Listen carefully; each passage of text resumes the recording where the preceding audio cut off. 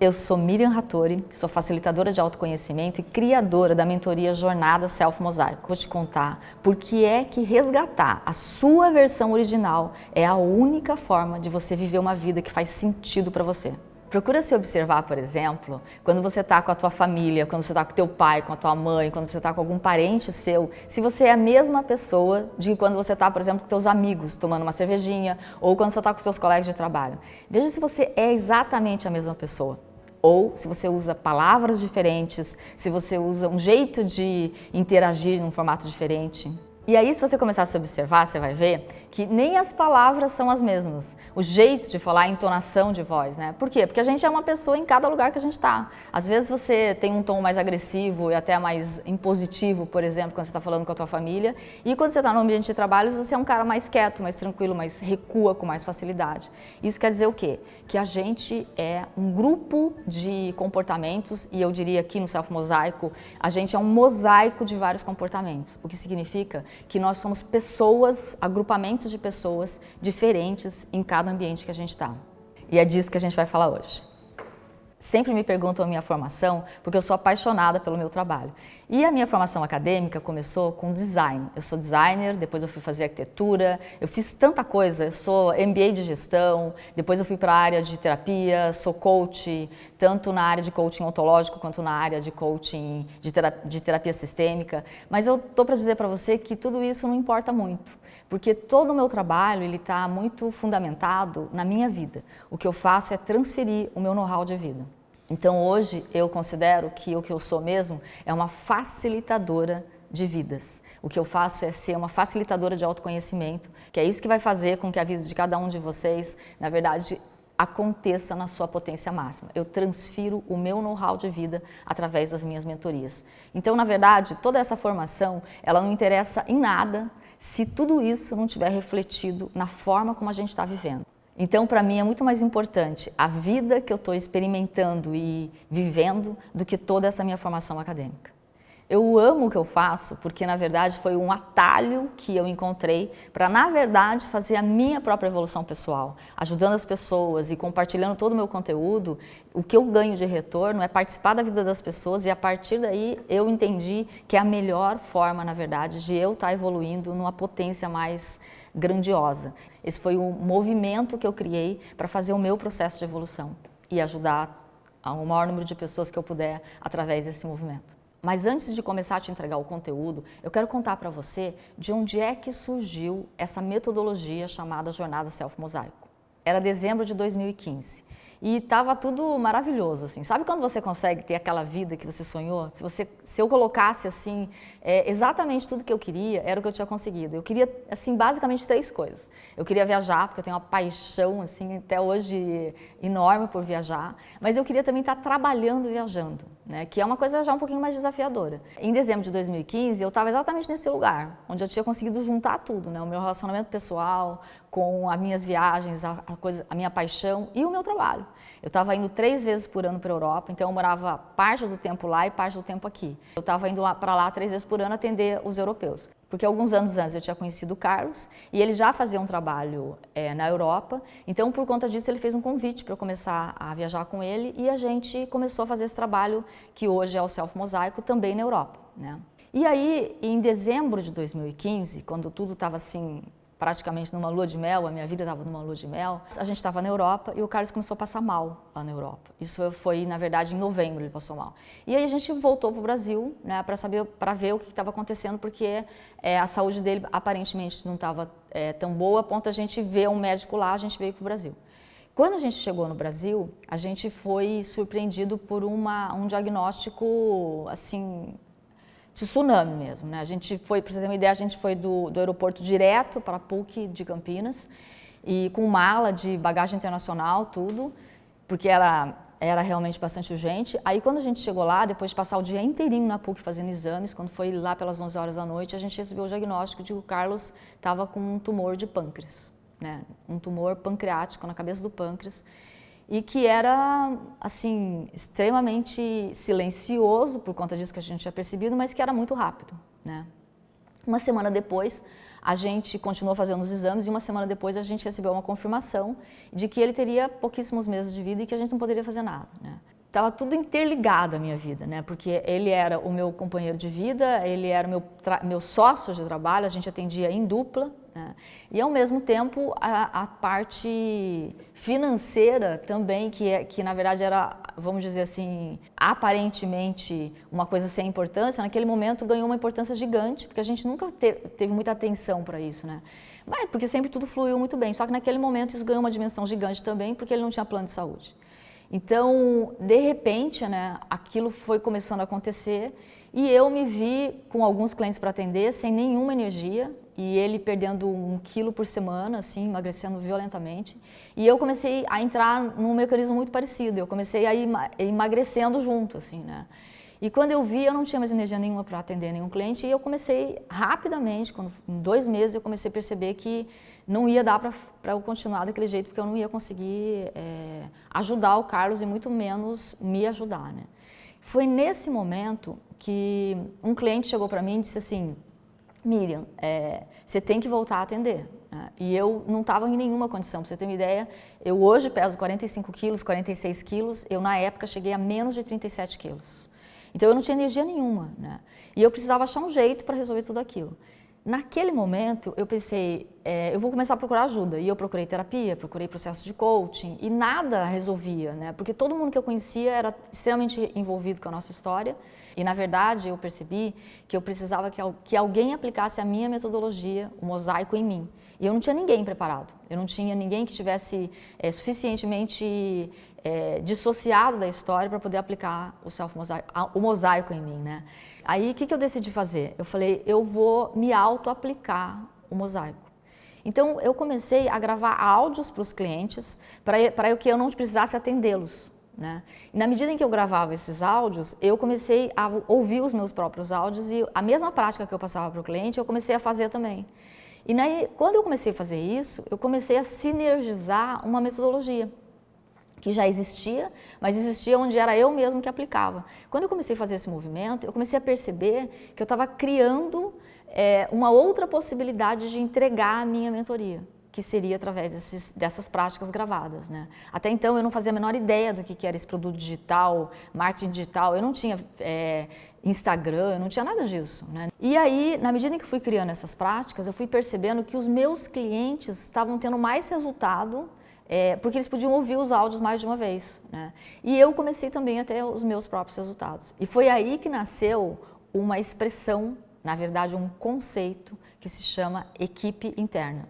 Equipe interna são essas pessoas que moram dentro de nós, são essas diversas facetas que a gente tem dentro de nós. E que naquele momento era o que eu estava precisando, porque na hora que você se relaciona com alguém, é muito comum que você acaba adormecendo algumas facetas tuas, porque você tem, vamos dizer assim, aquele complemento do teu lado e algumas partes da gente acabam se adormecendo mesmo, né? É natural que isso aconteça. Eu estava precisando acordar algumas facetas minhas, né? Umas pessoas que moram dentro de nós, né? Essas pessoas que moram dentro de mim é o que eu chamo de equipe interna. Eu estava precisando escalar uma nova equipe interna para reformular a minha estratégia de vida, ou seja, o que eu vou fazer a partir de agora? Como que eu vou lidar com essa situação, né? Porque senão a gente cai numa coisa chamada dependência emocional, né? E aí se eu começo a viver o mesmo caminho que ele, aí a gente vai começar a entrar num conflito de interesses, porque a alma dele tem um caminho para fazer, que é o processo evolutivo dele, e eu tenho o meu para fazer, que é o meu processo evolutivo. Então, naquele momento, foi aí que surgiu a metodologia Self-Mosaico no formato em que ela está hoje. E por isso que, nesse momento, ela passou a se chamar Self-Mosaico, porque eu estava, então, aplicando esse resgate de equipe interna em mim. Que eu ia, então, a partir daquele momento, usar todo o meu aprendizado para transferir esse know-how para cada mentorado meu, para que cada um conseguisse acessar dentro de si a sua equipe interna que te possibilita superar cada momento de dificuldade teu, aprender com isso e a partir daí fazer aquilo que você veio fazer aqui, que é evoluir. E foi aplicando em mim mesmo o Self-Mosaico que eu passei por esse tsunami, superei, estou aqui hoje, transferindo todo esse meu know-how. E é isso que eu vou ensinar para você, os fundamentos do autoconhecimento, os pontos de atolamento, os lugares onde a gente às vezes atola, o que você faz com os seus medos, tudo isso aí eu vou estar contando para você. Então eu vou começar aqui falando para você os 4 fundamentos do autoconhecimento. E por que é importante você conhecer os 4 fundamentos do autoconhecimento? Porque é muito comum eu ver as pessoas contratando consultoria, mentoria, coaching, indo para processos de terapia, sem ter o know-how básico do autoconhecimento. É super importante você receber ajuda, você ter outras pessoas para te ajudarem, ou seja, terceirizar know-how, sem dúvida nenhuma. Você vai contratar e comprar know-how, né? Entretanto, se você não tem os fundamentos, se você não tem o know-how básico, né, dos fundamentos do autoconhecimento, você vai terceirizar o comando de para onde você quer ir para os terapeutas, para os coaches, né, para os facilitadores, para as mentorias mesmo, né? Então é super importante que você saiba, vamos dizer assim, como é você que vai escrever a sua obra de arte, é importante que você saiba ler e escrever, né? Então ler e escrever significa, no autoconhecimento ou na vida, significa você deter o know-how do teu próprio autoconhecimento, que é você mesmo, né? Eu vou te dar aqui os 4 fundamentos do autoconhecimento. Os 4 fundamentos do autoconhecimento é você saber a diferença entre autoconhecimento e autodesenvolvimento, o conceito de equipe interna, o terceiro é você saber a diferença entre propósito de vida e sentido da vida, e o 4º fundamento é você entender o impacto das tuas pequenas escolhas. Na medida em que você entende o conceito desses 4 grandes pontos, você detém a base para conseguir estar preparado para receber ajuda. Porque o importante não é só você encontrar uma pessoa genial para te ajudar, mas sim você também está preparado para receber essa ajuda. Então vamos lá, vamos começar pelo primeiro ponto. O primeiro ponto é a diferença entre autoconhecimento e autodesenvolvimento. Autoconhecimento é a gente estar dentro dessas nossas possibilidades, aquilo que eu comentei sobre a equipe interna, né? Autoconhecimento é você ir expandindo essas pessoas que moram dentro de você, e você encontrando mais e mais pessoas, você ir ficando íntimo de cada pessoa que vai morando dentro de você. Então o autoconhecer tem a ver com isso, é você ir incorporando e ficando mais robusto, vamos dizer assim, com a sua equipe interna maior. O desenvolvimento pessoal, que é o autodesenvolvimento, é você habilitar essa galera a atuar, é você treinar essas pessoas que moram dentro de você, essa tua equipe, a estar atuando na vida. Então tem uma distinção gigante. E se você, por exemplo, inverte, você começa a fazer desenvolvimento pessoal antes de fazer o autoconhecimento, é como se você estivesse levando a tua galera interna para fazer treinamento incompleta, porque você nem conhece a pessoa que na verdade deveria estar sendo treinada. Então, por exemplo, é muito comum eu ouvir alguém dizendo assim, eu preciso melhorar a minha habilidade de comunicação porque eu não sei me posicionar direito nas reuniões e tudo mais. Só que se você não tem a tua equipe interna escalada, às vezes você está levando o seu lado tímido para fazer treinamento, né? Porque você precisa, vamos dizer assim, fazer esse seu lado tímido falar, ou esse seu lado que não tem tanta opinião falar. E talvez você devesse estar levando, não o teu lado tímido, talvez você devesse estar levando o teu lado dono da verdade. Né? Daí as pessoas vão dizer para mim assim, mas Miriam, mas o meu dono lado da verdade eu nem tenho, né? E é justamente isso que eu vou fazer lá no treinamento. Não, o teu lado dono da verdade você faz através do teu autoconhecimento, que é reconhecer essa pessoa dentro de você e perceber como que ele atua quando ele entra. Né? E se você quiser uma dica de saber como que ele atua, é só você ver como que você atua na tua família, porque geralmente nesse lugar é que o dono da verdade aparece, que é quando você está mais íntimo, está num ambiente mais tranquilo, tal. Então, muitas vezes, quem tem que ser treinado é justamente esse dono da verdade, que quando começa a falar, não ouve. Quando começa a falar, não para de falar nunca mais, né? E aí, às vezes a gente fica tentando fazer o tímido ficar expansivo, né? E é justamente o tímido que tem a capacidade de silenciar para ouvir. Então, toda essa galera interna, ela precisa trabalhar em harmonia. Mas se você não consegue reconhecer, não tem intimidade com esses membros da sua equipe interna, você não sabe nem quem você está indo levar para treinar. Então, isso aqui para te dizer que a sequência das coisas faz toda a diferença. Como, sei lá, quando você for fazer um bolo, por exemplo. Se você inverte a sequência das coisas, e não é porque você colocou o fermento, que significaria fazer um monte de curso, que o bolo vai crescer lá no final, né? Então, não adianta nada se fazer um monte de curso. Eu não estou dizendo aqui que não é para fazer um monte de curso, é para fazer. Porque o nosso processo de desenvolvimento pessoal também nunca finaliza, né? Porque os nossos sonhos estão sempre mudando, porque a gente sempre está precisando, está se capacitando para o próximo passo da nossa vida. Entretanto, se você não sabe para onde você vai, se você não sabe quem está sendo treinado, se você não tem equipe interna para fazer isso, não adianta nada. Por isso que o conceito de equipe interna, que é o segundo ponto do autoconhecimento, do fundamento do autoconhecimento, é tão importante. Né? Por quê? Porque a equipe interna é esse conceito que vai fazer com que você vá encorpando e ficando mais íntimo de você mesmo. Porque eu diria que a gente não tem muita intimidade com a gente mesmo. A gente tem intimidade com as pessoas que a gente já conhece, com essas que estão atuando aí no dia a dia. E às vezes até nem com essas que atuam no dia a dia a gente tem muita intimidade, porque a gente não percebe nem o padrão repetitivo que essas pessoas que a gente conhece mais estão exercendo no nosso dia a dia, né? Então, autoconhecimento é isso. Autoconhecimento é, além de ir lá conhecer as pessoas que você nunca ouviu falar aí dentro de você, que você nem admite que você tem, além disso, né, além de ir lá conhecer a galera que você não conhece, é você também ganhar mais intimidade com as pessoas que moram dentro de você e também ganhar mais, aumentar o teu nível de percepção de como essa galera funciona dentro de você. Então, equipe interna está falando disso. Equipe interna está falando dessa possibilidade. E que diferença faz isso no autoconhecimento? Quando você sabe que você não está completo, né? A gente está completo, na verdade, mas não está completo dentro da consciência que você tem de você mesmo, a gente começa muitas vezes a caminhar numa direção oposta à nossa, sabe? O que eu quero dizer com caminhar na direção oposta à nossa? A gente começa a se afastar da gente. É quando a gente começa a sentir que a gente está indo para um lugar que não é o lugar que a gente gostaria de ir, né?